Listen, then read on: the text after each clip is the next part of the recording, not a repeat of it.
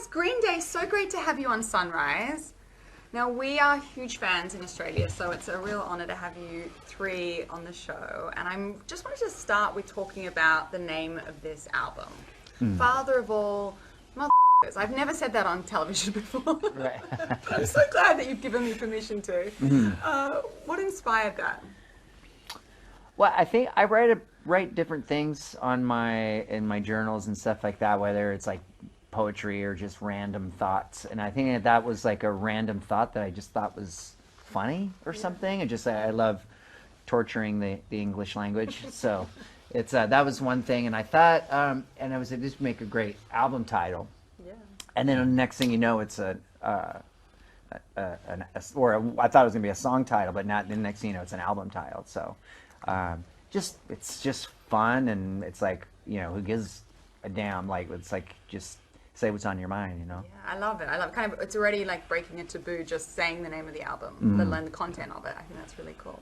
Now, what I found really interesting is that you're donating all of the royalties from Oh Yeah to charities that help victims of sexual assault. What's the story behind that? It started with covering Joan Jett. Doing a mashup with Joan Jett. We love Joan Jett. We've toured with her. We've been fans since we were kids. And then, covering that song, and then realizing, unearthing the one of the original writers was a complete creep. And so we said, well, how can we make some good out of this? We got a great song already. Let's honor Joan Jett, and let's honor the people that were, that are in bad situations by not paying attention to a creep and paying attention to the good side of things. I love it, kind of flipping it around and actually helping people that have been the victim of something that this person kind of experienced themselves. Yeah. That's really interesting. Now, I love this album because it's got, of course, all the grit and the kind of grunge and the rock and roll that we expect. But there's something very fresh about the sound of it. And I know that, Billy, you've described it as being sonically very modern. How is this album different to what people consider kind of classic Green Day? Well, I think that the new record sort of launched us into a new era. And not a lot of bands can really say that, or anyone for that matter. With Green Day, we sort of started off as just like as a punk rock band. And I think that element's always been with us. And then we've been able to do things like American Idiot and 21st Century Breakdown, where it's like rock operas. But now I feel like it's a time to just even dig deeper into the history of rock and roll, whether it's like Motown or glam rock or anything from T-Rex and Mott the Hoople to Martha and the Vandellas. So it's just something to make like kind of just something that can lift your spirits musically. So, it's we hope we're successful at it. So No, I'm sure you will be, and it's so lovely to hear you kind of experiment with difference. Cause I think a lot of bands get stuck and they feel they need to be true to that, but I guess you guys are just kind of always throw the rule book out the window. Yeah, I think it's about throwing our own rule book out the window and just it's just a nod to the history of rock and roll and just the music that we grew up loving, and just maybe passing it down to the next generation. I love it. Now, I heard that to promote the album, you want to play a gig in a fan's backyard. Okay? Yeah. What are you looking for? Do they need to have is it a swimming pool, a bouncy house? What are we looking for? A bouncy house. A doggy door. A good trampoline is always a must. Yeah. Oh my God, that would make a great video. Green Day on a bouncy house. Yes. Yeah. Oh my gosh. The ups and downs of life and music. The ups and downs of Green Day. Well, I mean, we always had like DIY spirit about everything that we've done. And that was just one more thing. Like, you can always play your traditional rock clubs, but I mean, why not play a backyard or a Vets Hall or something like that? That's exciting. A lot of fans are probably like, how do I get involved? How are you going with the search? Have you found the right backyard yet? We've got many ideas that are floating around. Anything from barns to bathrooms. To bathrooms. Okay, that's interesting. I love it. Now, something that I thought was really interesting is that you, Billy, said that you decided that you don't really like long songs. And yet... You're right. You do it yourself, man. Suburbia was 9 minutes long. So Right. why the change of heart? I don't know. I think all of the songs that I've ever been into have always been sort of 2-minute kind of you know, 2-minute hits or whatever, whether it's like the early Who or early Beatles or, you know, the punk rock music I grew up with. So I think it was just trying to get back into that spirit, I guess. Oh, that's so cool. Now, Trey, you've said that you are kind of really psyched to get out there and kind of perform. How would you describe the kind of feeling within the group at the moment? I think we're fired up. We are. We got this new record. We've had it done for a while and been kind of sitting on our hands, waiting to share it with the world and tour it. And it's coming up pretty quick, so we're fired up. You've said that the band right now is just really psyched, excited to get out there and perform music. How would you describe the kind of motivation within the group at the moment? Well, I'm very high on mushrooms right now, but it's completely legal because we are in Oakland, California. But no, but maybe, but yeah. Oh, yeah. Oh, yeah. Okay. Good morning. Good morning. Good morning, everyone. Okay, American Idiot was so iconic when it came out in 2004. But now, listening to the music, it feels much more relevant than ever given the political landscape that we're in, certainly what's happening at the moment in the US. How does it feel to be performing these songs, which were, of course, written so long ago, but feel very much zeitgeisty and part of the climate of the moment?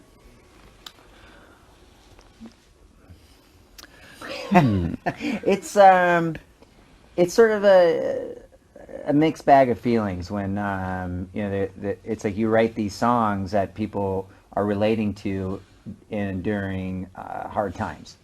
So it's but I think if anything, it's like if we can just, you know, if kind of uplift the mood for people to speak out or sing out. I think that that's I don't know. I think that you know, it's hard writing political songs because the intention isn't to write a hit or anything like that. It's just the intention is to speak your truth. So, but I think that yeah, the fact that it's more significant now than even when it was in 2005, that speaks a lot to the power of the song and power to the people. So true. I feel like music is one of the most powerful tools we have to speak to people, especially when it comes to young people, you know? Mm-hmm. What do you hope this new album says? Because people are listening. I think this album is very positive in a lot of ways. It's like musically it feels very positive and it's very fun and there's like an irreverence to it. But at the same time, there's a lot of topical things that are going on in it. You know, it's like songs like Graffitia or Junkies on a High. But then there's also looking back on things like being like a teenager and how it's you never felt that you were very special or anything. It's like your first heartbreak comes as a teenager. So whether it's knowing that you're never going to be an astronaut or so it's yeah, or you know. But I mean, so I hope that people just get something out of it that's positive. So you want people, and do you want people to ask questions about what's happening? Because right now we're at a time where people are kind of assessing, I mean people always are, but particularly now assessing what's happening politically, what's happening socially. There's a lot of obviously division within the country here in the US and is it important for young people to kind of speak out and kind of ask questions and demand new answers? Well, yeah, I think it's really important for you know millennials or Generation Z or like people from our age group that have to clean up the mess that we made. So it's we can't just leave it up to young people to clean it up. So, but yeah, it's really important for people to speak out and do it in an effective way where you can just be a good listener. You know, if you are someone that is, you know, in the States, like what they call white privilege, you know, I think your best bet is to listen to people that feel the most disenfranchised and then come up with a solution together. I like that. Now you guys have been together for more than 30 years. How would you describe this pretty epic bond? James Bond. We are 007. Bond, epic Bond. I think we've always just been good friends.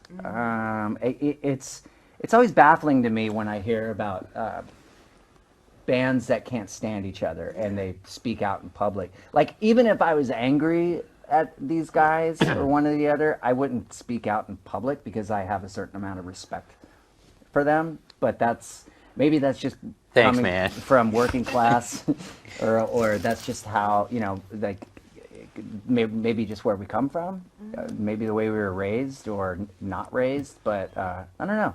Relationships are important, and I think right now we live in a time where kindness means a lot more to us. So. It's so interesting because it's been such a tragedy for a lot of fans who have seen their favorite groups, bands break up because the members can't stand each other.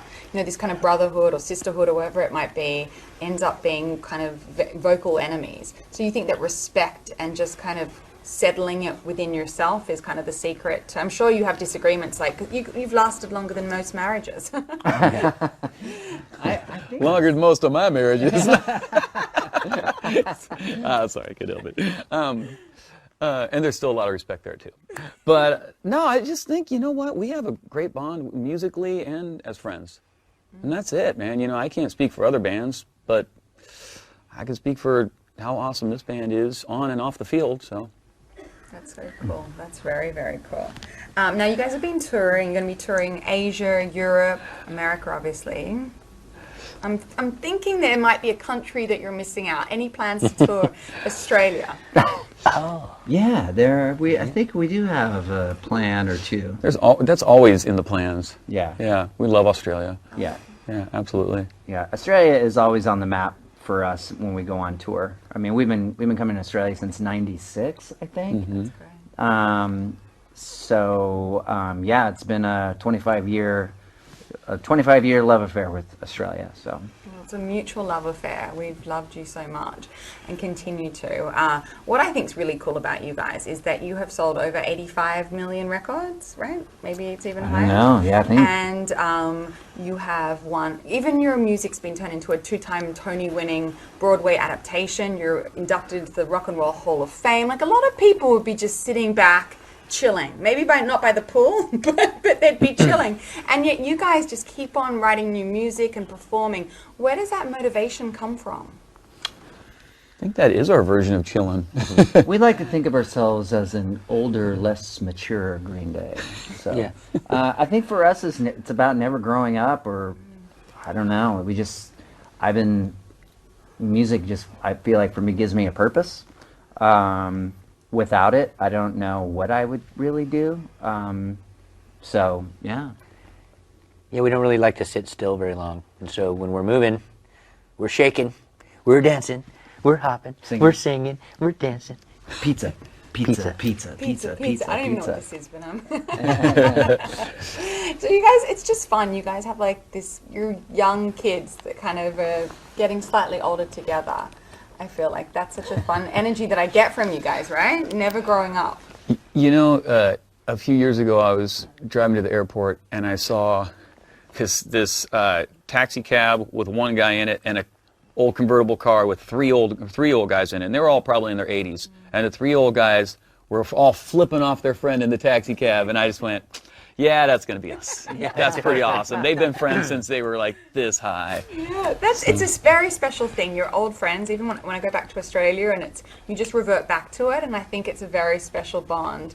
They kind of, it's as close as family. Sometimes you But, I mean, life is too short to have gripes and to sit around and do nothing. It's like you're gonna die tomorrow, so you might as well drink, be merry, have fun, have sex, and have an overall good time before you get 6 feet under.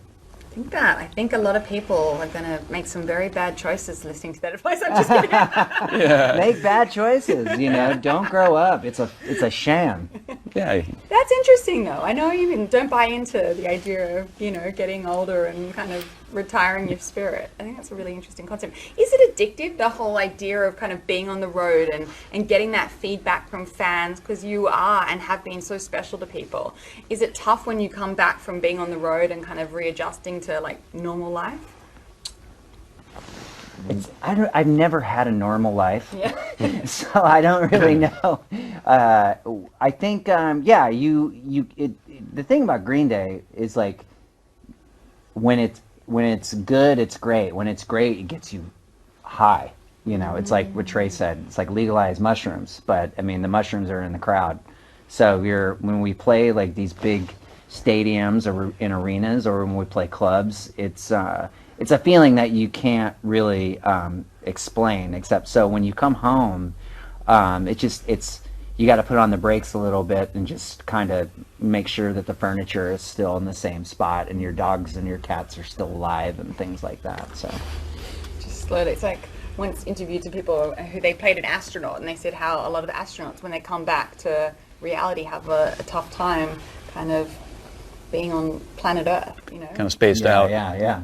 Like that being superstars in a way, kind of up in the Literally a galaxy. superstar, yeah. Exactly. That's so interesting. Now, you guys have come a long way since Gilman Street, right? When you started in the late 80s, you were really part of this kind of early 80s, kind of formative 90s punk rock scene. Now everything 90s is so in, you know, whether it be fashion or music. And we're seeing a lot of new groups form that are kind of 90s inspired music. How do you feel about that? Do you love where they're going, or does it feel a little bit like imitation?